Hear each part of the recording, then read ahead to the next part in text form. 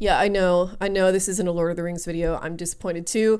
It's coming really soon. I promise. I've been doing a lot. A couple weeks ago, Jubilee posted its video of Andrew Callaghan debating 20 conspiracy theorists, and it caught my attention enough that I decided to give myself another chore because I think this video is a good data point in the open air experiment on the rot of political discourse we're all living through right now. Like, outside Jubilee itself is a great example of that rot, which it is.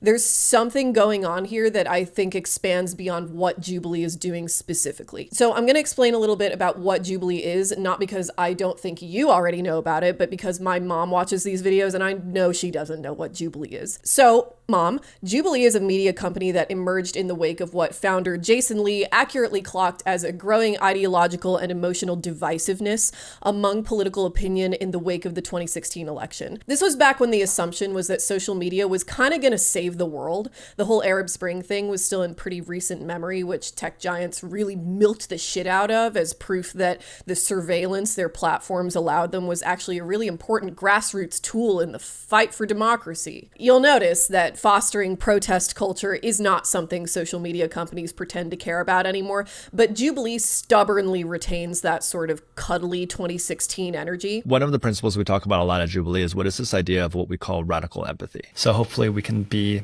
literally the Disney of empathy.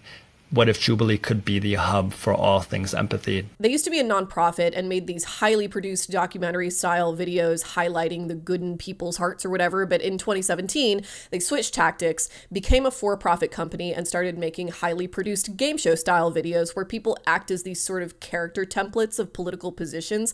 And the producers move them around like pieces on a board and pretend what they're doing is this really earnest anthropological study of the American polity. Not all of Jubilee's content presses on identity and politics as urgently as Surrounded does. But the videos that do are important and they're impactful because they are a snapshot of our society. The brand of Jubilee positions them as humble servants of peace through conversation. Their slogan is promote understanding and create human connection. Our acronym for it is PUKE. It's provoke understanding, create human connection. It's just an easy way for us to think about it, but we say all the time we have to puke every day. By far their most well-known show is a series called Surrounded, where one person sits in the middle of a circle of people who disagree with them, and everyone fights to make a case for their position within, I think, either 20 minutes or by the time they're voted out by the circle, whichever happens first. It's a bad system for obvious reasons. Everybody's a little flustered. Everybody's literally on a clock and a camera. Every conversation is cut off at the middle. This is not a natural way to communicate. What it does do is produce a lot of truly extraordinary viral moments. I'll give you an example. If you're in Nazi Germany and it is the case that there's Jewish people in your attic and you're trying to protect them, would you lie to the Nazis? I would have done everything I bloody well could so I wouldn't be in that situation to begin with. Every private and public sector gets tax cuts when you hire a person of color. Government agencies don't pay taxes. Government agencies are funded by the government. That is not true. That is not true. And you know what? I think the whole juxtapose of this. I think you could say I'm a fascist. Yeah, I am. The purpose of a system is what it does, and the purpose of Jubilee debates is to just arrange as many batshit exchanges that have some vague association with the political miasma on camera as possible, which they of course front load in the first 30 seconds of the videos as a teaser of what you're in for. You're a little bit more than a far-right Republican. Hey, what can I say? I think you could say I'm a fascist. Yeah, I am. Listen to me. I am an immigrant. I'm speaking from personal experience. Get the hell out. I don't even I should get the hell out. Yes. Why? I don't want you here. I'm Mehdi Hassan. I'm a journalist. I'm the editor of Zeteo. And today I'm surrounded by 20 far-right conservatives. The show gets a lot of clicks and is thereby successful, but it's been said before and will be said again that as an exercise in Jubilee's mission of puking every day, Surrounded has been a monumental failure. When Jubilee moments go viral, it is never because anybody found understanding or human connection in the thing being said. Typically it's the opposite. Typically it's because what's being said is so obviously useless and nonsensical and bizarre that in true social media fashion, you can't help but pay attention. It's like when someone's having an obvious psychotic break on public transit. Given how many people on this show are pretty clearly experiencing serious mental health breakdowns, that may actually be the model for Jubilee's casting department. I wouldn't be surprised. So Jubilee's last Surrounded episode was Channel 5's Andrew Callaghan against 20 conspiracy theorists. This video has been fairly well received so far. It's gotten a few million views in its first few days. The comments are positive, but it's also pretty clear from the outset that this installment of the show is not the same as what people have generally come to expect. This debate is spirited, it's full of interesting information, it doesn't ever devolve into polemic or insult, which is a pretty huge achievement given the kinds of people that got to appear on this video. Less lizard people, reptilians. For sure. Very Is this specifically. the Anunnaki conspiracy where they live in the moon, or do they live in an actual different dimension outside of our planet-plane firmament? You don't have to leave the firmament to travel interdimensionally. Overall, you get the feeling that Andrew and the participants all leave this place feeling pretty positive about these interactions. Like they really have encountered someone who thinks differently than they do and feel personally enriched by the experience. Perhaps gaining some understanding or human connection, if you will. It's kind of like what I always say, is that most people not only think they're doing the right thing, but mostly are in it for the right reasons, and they just gravitate toward a certain type of research because it's what they're into. I love that he was open-minded. The hardest part is people trying to come in with a preconceived notion and not allowing us to just give our own perspectives. It's not that we're here to change anybody's mind, it's just we might have a different viewer perspective and how we see the world, and that's all right. Clean, man, clean. Bro is not just learned, but he's calm, he's sophisticated, he's still makes you feel friendly, peaceful, bro. If you watch the interview Channel 5 did with the last guy to ever debate Charlie Kirk, you can hear how this event went in Andrew's own words. I just did 20v1. You were the one? Yeah. Oh, shit. It was like me versus 20 conspiracy theorists, and I don't know if they thought I was, I don't know if it's gonna come out, because I think they thought I was some kind of like misinformation watchdog. So they got me with all these like alien conspiracy theorists. I was like, sounds tight. And they pulled me aside and they were like, you need to push back. I was like, why? It's so not you. Yeah. They're like, can you just offer some counterpoints? I'm like, bro, I want the earth to be flat. It sounds better, you know? 'Cause that means God's real. There's a firmament, you know? So I really don't think it's ever gonna come out, dude. That's so funny. I was just vibing with everyone. By the end, I was like talking. Pretty recent? It was like a month ago. Oh, okay. I don't know how long their editing process is, but they were pissed at me by the end. That's so funny. You can spot where this is happening during the event. There are times when Andrew stops arguing entirely and just lets the other person say whatever they want, sometimes asking them to say more about what they think instead of trying to head them off at a pass. Do you know about like astral traveling and or things about the government was doing studies of trying to remote view? No, but it sounds great. Can you tell me more about it? Yes, so This makes me think Andrew was probably a lot more passive on set even than what we're seeing in the video. This video is one of the shortest Surrounded videos. Usually they run about an hour, hour 45, but this one is just over an hour. They cut a lot out here. But there's definitely a way in which what Andrew is doing is a really good debate strategy. Like if you're trying to get somebody into a position where their argument can actually be successfully challenged, you need to make them feel comfortable enough to say what they actually mean with a sincerity that's obvious to everybody in the room. You need to make them feel like you're not a threat to them. There are a lot of moments where you can see the preemptive defensiveness in the conspiracy theorist just sort of melt away, and as a result, they feel no need to qualify or hide their true feelings about anything. Andrew occasionally backs people into a corner with this passive aggression method. They reach the end of their logical chain and can simply go no further, revealing to the audience that what they're doing is not actually theory, but is something more like faith. How do you feel like they interrupted the presidential candidate between it? Like, how did they hide that process? What are you talking about? I mean, when supposedly Joe Biden, we're talking about the connection between Joe Biden and HUD, and how did the connection with Joe Biden had anything to do with the laptop? Am I right? Yeah, I mean, there was definitely information on the laptop that showed that a lot of the opportunities that Hunter was afforded came as a direct result of his dad co-signing. Absolutely. Yeah. For sure. Like I said, it goes back to what your stance is on nepotism. Like, for example, should Jaden Smith have a record deal? Yeah, he should. So you with that, but not Hunter? I mean, the difference is, like, two wrongs don't make a right. Yeah. We took... All right, thank you, bro.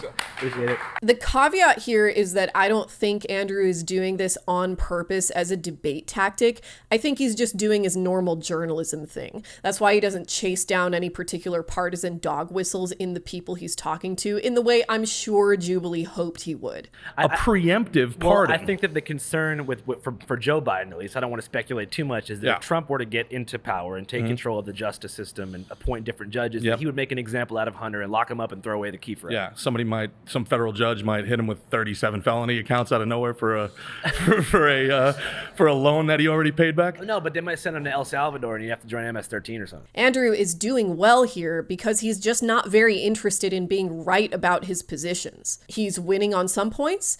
He's conceding defeat on other points. I mean, what do you expect Joe Biden to do? To be like, all right, I got to stick to my word. Hunter, 3 strikes, you're going to prison, no parole. It's showing favoritism with that, so that's why I'm like, so if that could bypass a law with him, what else are they overshadowing with Biden? It's actually a pretty good point. I agree. But either way, he's pretty clearly prioritizing the relationship between himself and the person he's talking to before the advocacy of any particular position, because the positions just don't really seem to matter very much to him. And I think that's an appropriate attitude to have here. It seems to me that it's much more important to him that the person he's talking to feels like they are being heard, not because he's so kind or anything, but because getting people to feel heard is how you get them to tell you stuff, which apart from being a pretty cogent argumentative strategy is a really good journalistic practice that Andrew has over the course of his career been outstandingly good at. He's not here to win, he's here to get information. And that's fine for him. It made Jubilee really annoyed with him, which in my opinion is a win in itself. His job is to make friends with weird ass people so he can talk to them, so we can hear what people in an overwhelmingly distorted information landscape sound like when they're disarmed and just chatting with someone. The way the news works, because it has such deep attachments to official channels, to money, to the military, to government infrastructure, makes that difficult to accomplish. That's how news becomes biased, okay? Not by having moral principles, whether left or right, but by being fastened to institutional power. But this is a crucial distinction. It's fine for Andrew. It's good for a journalist to just accept whatever your interlocutor gives you as an expression of their individual beliefs, and that's all. It's not good for everyone. There is a division of person from societal membership that's required for journalistic access. The people you're talking to won't always make sense to you, but as a matter of professional standards, whether people make sense to you is beside the point. Andrew's polite remove here is necessary to maintain journalistic standards, but it must not be replicated across all members of society. Why? Because we are not passive observers of our own lives, and debate requires a lot of passivity. What do you mean, Mariana? Debates get super aggressive all the time. Yeah, I know. Those aren't debates, those are fights. They're theatricized fights. I'm not allotting more money. 3/4 Then don't allot more money. Then have the system be backed up and have all the people in here on waiting for their court date and then sit here and bitch about it and do fucking nothing. This is all Republicans do. I've been thinking recently about propaganda and how hard it is to define. This is a constant pain in the ass for media scholars. Like, does propaganda have to be a lie? Does it have to be attached to a certain kind of media? Can actions be propaganda, or is it just words or text or whatever? Like, these are hard questions to answer. And they all need to be answered comprehensively in order to produce a definition that's actually going to be workable. Some scholars have really, really narrow definitions. Other scholars just kind of say everything is propaganda, which is obviously nonsense. Only most things are propaganda. I'm still kind of tooling around with the language for my definition of propaganda, but basically I think propaganda shouldn't be understood as a media style. It actually should probably be understood as a kind of ritual. So the definition would be something like an instance of symbolic political behavior that is performed in the interest of socially standardizing that behavior. So we know propaganda involves some kind of manipulation, but what is it actually manipulating? What is the mechanism it works with? It's not enough to say it appeals to emotion. Correct arguments often have an emotional appeal. In fact, they often should have an emotional appeal. Emotions are how we build ethics. Someone murders your child and you say, holy shit, that made me feel really bad. We should live in a society where people's children aren't murdered. So it's not just an emotion versus logic thing. I think it's more like propaganda is setting a rhythm, right? It's a particular kind of emotional appeal whose purpose is to lay a framework for what will be considered a legitimate expression of thoughts and feelings. The idea that ritual is capable of this is old. It's basically as old as human civilization itself. As anthropologist David Kurtzer describes, the Confucian philosophers understood that rulers should always avoid giving commands, for commands, being direct and verbal, always bring to mind the possibility of doing the opposite. According to Chuang-Tzu, but since rituals are non-verbal, they have no contraries. They can therefore be used to produce a harmony of wills and actions without provoking recalcitrance. If a man finds himself playing his appointed part in Li, ritual, and thus already, as if it were de facto, in harmony with others, it no more occurs to him than it occurs to a dancer to move to a different rhythm than that being played by the orchestra. So the only qualification that creates this specific kind of ritual we call propaganda is that the rhythm being promoted is explicitly political as opposed to explicitly spiritual, which has become a lot easier the more kinds of mass media we invent. My point here is that the way we treat debate in the social media age has become propagandistic. Hi, off Hitler. What's wrong with that? What's wrong with Hitler? Yeah. Well, I mean, some people would say a lot of things. 8 million Jews can tell you what's wrong with Hitler. This is America. Everyone's entitled to their own beliefs. A debate, as it's traditionally understood, is a game. Thank you, bro. I appreciate it. Great talk. Thanks for the game, man. And a game has rules. The rules of debate lean on a single value, and it's not politeness, and it's not even logical consistency. It's low stakes. All other values are nested in this broader assumption that the debate is really not all that important in the scheme of things. This is what allows people to shake hands at the end of the debate and go home feeling intellectually broadened, this certainty that we agree on a basic set of ethics such that the debate really doesn't matter very much. A debate is really only something that can happen in peacetime, and we are not in peacetime. Transgenderism should be eradicated from public life entirely. So what's happening now is that all these really high stakes arguments are happening very publicly and very performatively, but they're still maintaining credibility by passively claiming to be a low stakes game. I'm talking about the fact that it's even a movement to begin with. It doesn't deserve There's a civil rights movement that is described as the LGBTQ.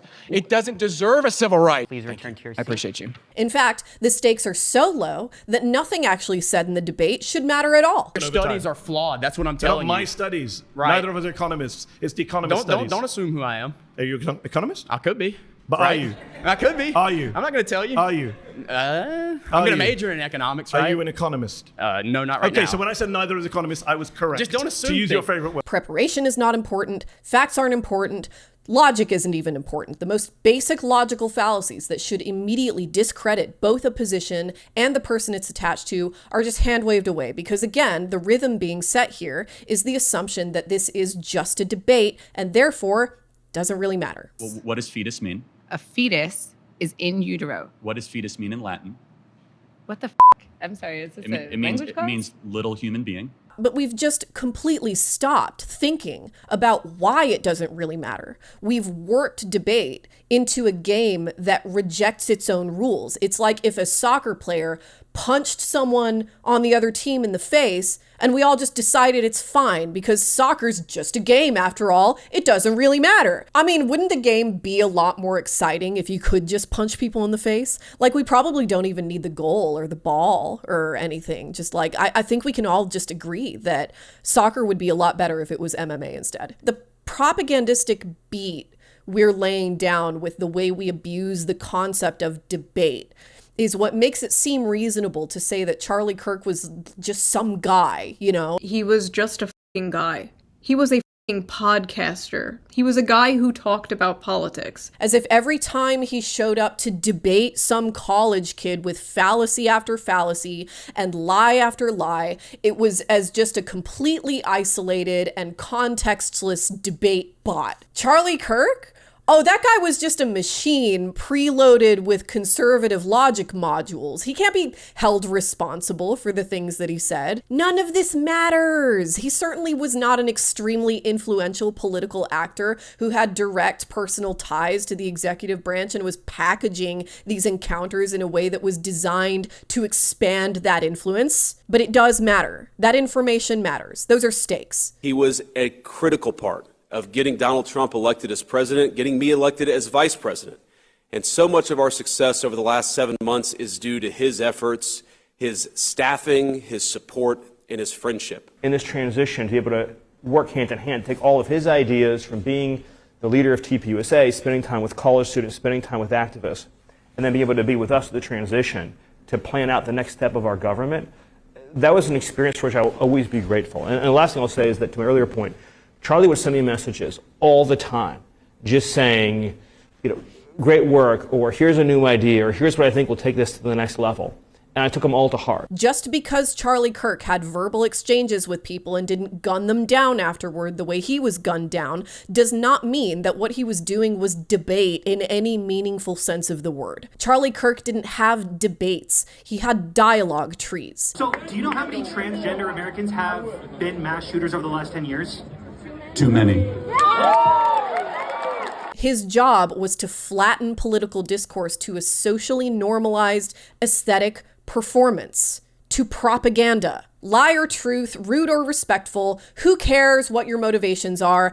Doesn't matter. As long as you look and sound the right way, you're good. You're great. You're doing politics the right way. So if debate as structured by modern mass media is propaganda, what is it propaganda for? I can think of a few potential ideologies that would benefit from this, but one of the most important is certainly the free marketplace of ideas, which of course likens political discourse to a business transaction where the most functional, accurate, and therefore best ideas will always rise to the top through the careful deliberation of millions of individuals. The obvious problem with a marketplace of ideas is that human thought is not a commodity. I'm not saying there's something like woo-woo spiritually significant about human thought. What I'm saying is that ideas are never accepted or rejected based on anything that looks like market logic. People buy things with their money because they like them and find them useful, but ideas that are oppositional to you are kind of definitionally uncomfortable and undesirable,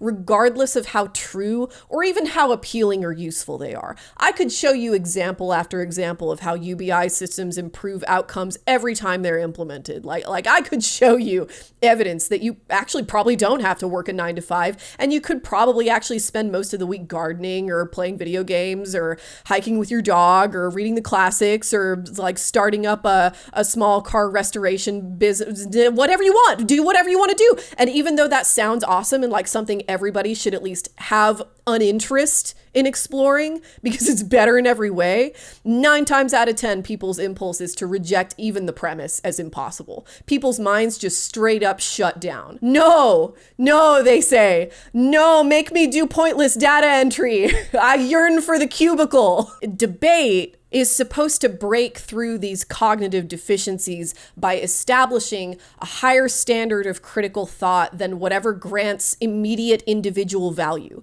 It is literally the opposite of a free market. The reason Jubilee needs people to believe in the free marketplace of ideas as the only proper form of political behavior is because if the free marketplace of ideas is true, then the free market in general is also true, which means pursuit of personal profit always results in better social outcomes. And if personal profit always results in better social outcomes, then companies like Jubilee can position themselves as legitimate political institutions and not just businesses. The problem for Jubilee is that radical empathy is not and never will be profitable in the way the company needs it to be. Jubilee's business model is a perpetual compromise between their supposed pro-social values and their profit motive, and that's the balance they're interested in maintaining.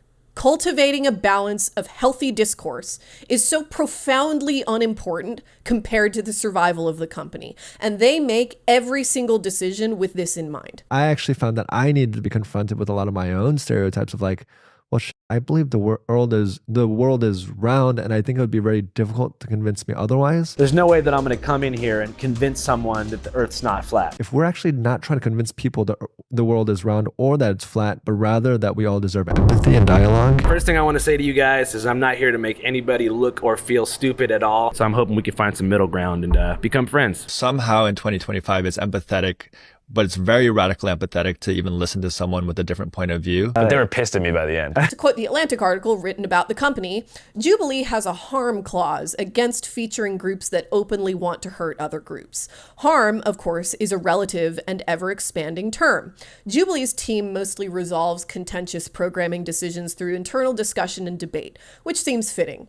For example, Lee told me he disagrees with Regalado about potentially doing a Holocaust survivors versus deniers video. Certain topics are just beyond the realm where people will give us any benefit of the doubt. What a way to phrase that. The Disney of empathy doesn't want to host a Holocaust survivors versus deniers video, not because it would just be on first principle wrong and cruel, but because he thinks the audience wouldn't tolerate it. This is what business logic does, right? It makes you conduct your life based on depersonalization and reactivity. This is counter to the myth of the entrepreneur Jubilee wants to sustain as a startup, which says business owners are actually the only thing that ever moves society forward. Business owners are the vanguard of organizational progress. But the process of running a business, the entire necessity of marketing to a customer, necessarily requires a certain degree of reactivity and defensiveness. Show me a purely risk-loving business owner, I'll show you a guy who's going to be broke in 6 months. The first priorities for any business that's gotten their foot in the door is respond to the customer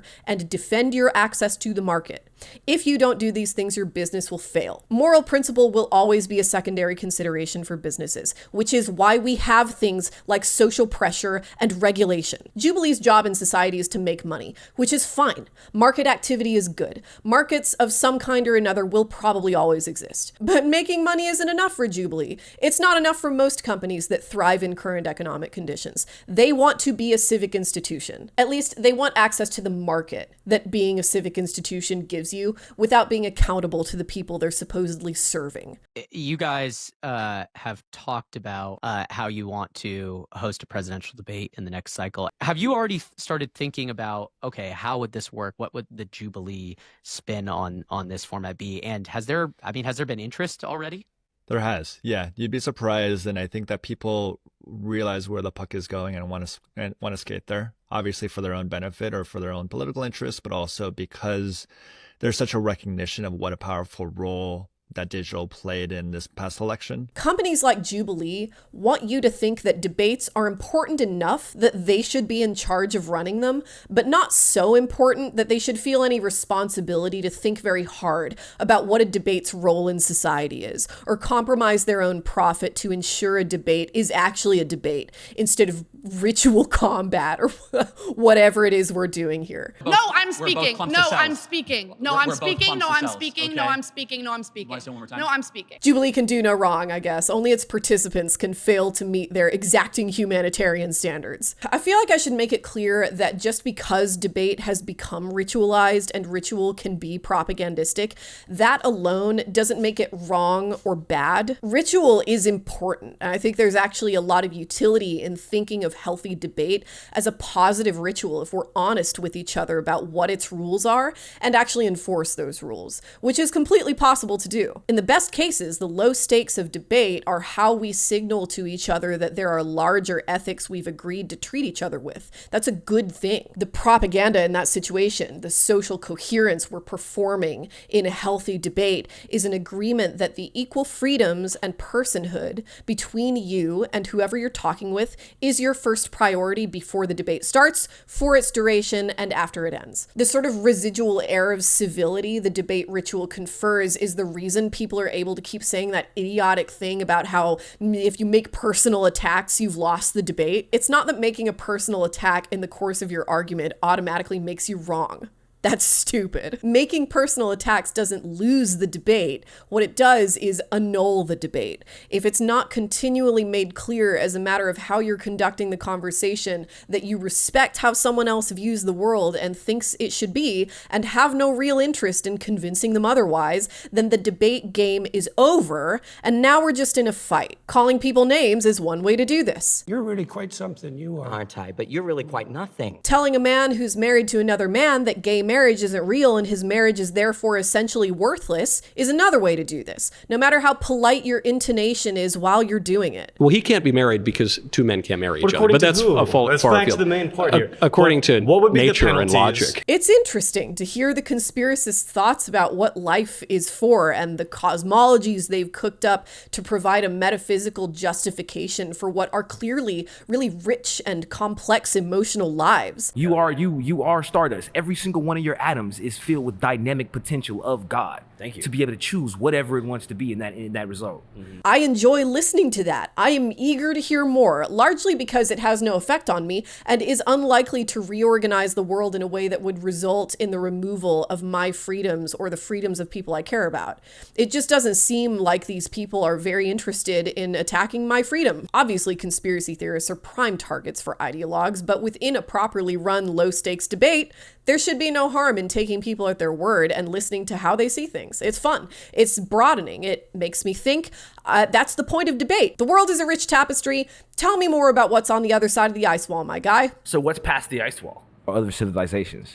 Oh, shit. On the other hand, the question of whether I or my family have an equal claim to American citizenship because we don't always speak English and are able to assemble a taco properly is not something I'm interested in hearing more about. That has implications for the basic ethics of how we treat each other. I am very invested in being right about my position on that. That is a high-stakes conversation. The game is over, and now we're in a fight. And the immigrants, especially illegal immigrants that come into this country now, disrespect us. They hate everything that we believe. They don't even speak our language. Like, what's the problem with xenophobic nationalism? Don't you think that's better for Americans in general? I am an immigrant. I'm speaking from personal experience. Get the hell out. I don't even like...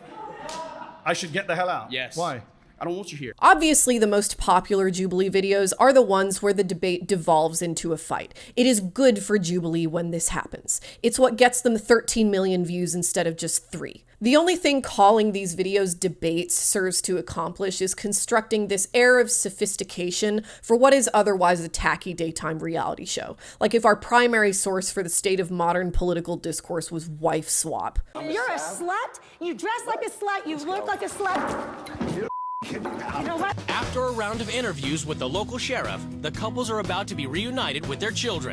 We need to come to terms with the fact that encouraging the collapse of the rules a healthy debate ritual is based on is largely what new media exists to do. Jubilee is quite obviously not helping create understanding or human connection. Even the premise is ridiculous. Humans do not need media companies to tell them how to communicate or connect with one another. We do that just fine on our own without a suite of tech apparati and studios and producers telling us to be more combative with each other. Are all of them about, in some sense, representing the internet in physical space? You're onto like a really important insight that we discuss a lot, is this idea of visual mechanic. If you watch any of our shows, unlike a podcast or unlike maybe just an interview, there should be a visual mechanism that necessitates you to watch the show, right? There's folks coming forward or backwards. There's lines that people are dispersing towards. There's people in the circle. So much so that if I were to listen to it on mute or watch it on mute, I understand. I don't know exactly what's being said, but I understand this premise, right? There's 7 people in the box and slowly people are being eliminated. This shitty Jubilee format, the format of the internet, this thing that makes us all as competitive and isolated as possible must be legitimized through propaganda in order to keep the companies that rely on it alive. Because at this point, nothing else is going to make people feel like it's anything but bad for those companies' lines to keep going up. That's the deity we're all conducting this ritual sacrifice of our time, energy, and social cohesion to support. The all-powerful entity of the financial market economy. Fucking lamest god I ever heard of. I don't know, man. I worry a lot that the debate ritual is like the last thread attaching this place to any semblance of stability. That's what ritual does, social cohesion, right? That's why it's important. I think the way that we continue to engage with debate is evidence of how powerful ritual is. Like, all of us know that what Jubilee is doing is a shitty way to arrange conversation, but they set the rhythm. Companies like them set the rhythm, and it's really hard to intentionally dance off beat. I'm structuring a conversation to demonstrate that that doesn't work, and these are two beautiful human beings. But how do you make that happen in the real world, when in the real world, we're talking about policies, whether it's okay that the Supreme Court gave partial immunity to President Trump if he breaks laws. How do we get back into, all right, well, there's two guys actually who want pretty much the same things? Yeah. I don't know. I have a show where I'm trying to demonstrate that people who argue with each other achieve nothing. I show clips of people who are connecting with each other and what they are able to find in each other. And the comments, at least 50%, are that stupid fucking conservative white supremacist. Oh, yeah. Even in the dialogue that I'm trying to create, they don't see that we're doing something different. They are just lining up to punch the other in the face. There's nothing rational about the way we do debates right now. And without the ritual and its symbolism, we'd reject this shit so fast. But because the appearance of social coherence is just a means to the end of money, debate, as we currently think of it, just can't be relied upon to provide the stability we need. It's eating itself. And I'm very nervous about what comes next, because the only option left after abandoning this ritual is to admit we're just fighting and actually have very little common cause with the people inviting us to debate about basic rights like not being murdered. And if that autocrat kills you and your family, you're fine with that? Well, I'm not going to be a part of the group that he killed. Debate will not save us right now, because debate requires a buy-in to mutual welfare that we do not have. If you were to ask yourself in 2025 what an American is, I hate to say it, very few of our leaders actually have a good answer. Is it purely agreement with the creedal principles of America? I know the Claremont Institute is dedicated to the founding vision of the United States of America. It's a beautiful and wonderful founding vision, but it's not enough by itself. If you think about it, identifying America just with agreeing with the principles, let's say, of the Declaration of Independence, that's a definition that is way over-inclusive and under-inclusive at the same time. What do I mean by that? Well, first of all, it would include hundreds of millions, maybe billions of foreign citizens who agree with the principles of the Declaration of Independence. Must we admit all of them tomorrow? If you follow that logic of America as a purely creedal nation, America purely as an idea, that is where it would lead you.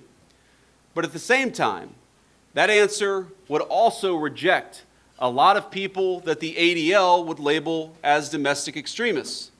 Even though those very Americans had their ancestors fight in the Revolutionary War and the Civil War. And I happen to think that it's absurd, and the modern left seems dedicated to doing this, to saying you don't belong in America unless you agree with progressive liberalism in 2025. I think the people whose ancestors fought in the Civil War have a hell of a lot more claim over America than the people who say they don't belong. There is something necessary about it, I think. I think it's better that this is the trajectory we're on, in the same way that it's better when you're sick to just accept that the fever and the vomit are expelling something and just try to drink a lot of water. Sorry, I know it's not the most positive vibe to end on. I just don't see how it's not going to get worse before it gets better. So hunker down, educate yourself, reach out to people. Don't let the internet trick you into thinking you're learning more or connecting with others more than you actually are. Be brave, drink a lot of water.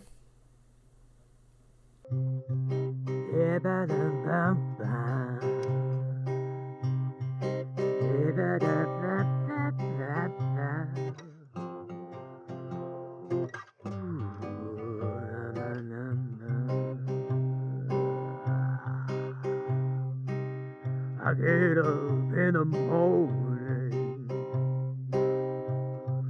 roll out of bed,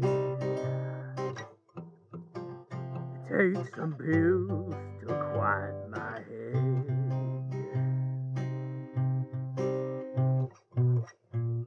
It's gonna be a good day today.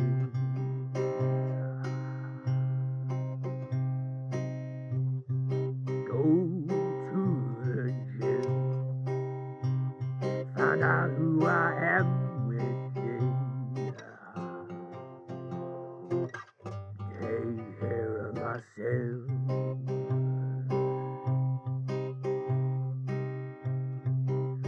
Come back home, get back in the bed.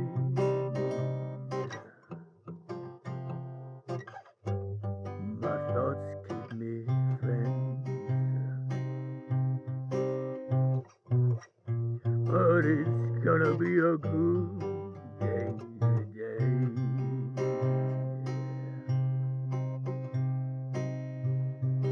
Don't be sorry, be better. That's what I tell myself.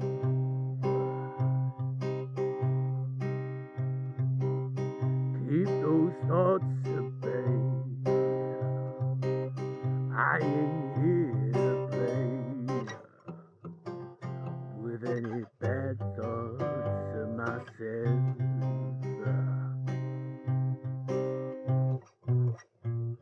It's gonna be a good